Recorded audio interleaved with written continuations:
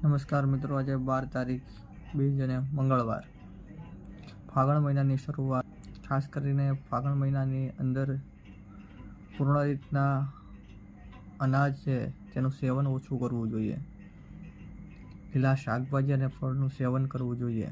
ભરપૂર માત્રામાં ફળ અને લીલા શાકભાજીનું સેવન કરવાથી જે ગરમીભર્યું વાતાવરણ અને વાતાવરણ જે બદલતું જણાય છે, ઠંડીની ઋતુ છે તે પૂર્ણ રીતના શાંત થાય અને ગરમીનો વધારો થાય તો શરીર અને બાહ્ય આંતરિક રીતના એકદમ સ્વસ્થતા જળવાય તેના માટે થાય અને ફળ અને લીલા શાકભાજીનું ભરપૂર માત્રામાં સેવન કરવું જોઈએ, જેથી કરીને શરીરની અંદર રોગ બીમારી તેનો ભય રહેતો નથી. શરદી અને ગરમી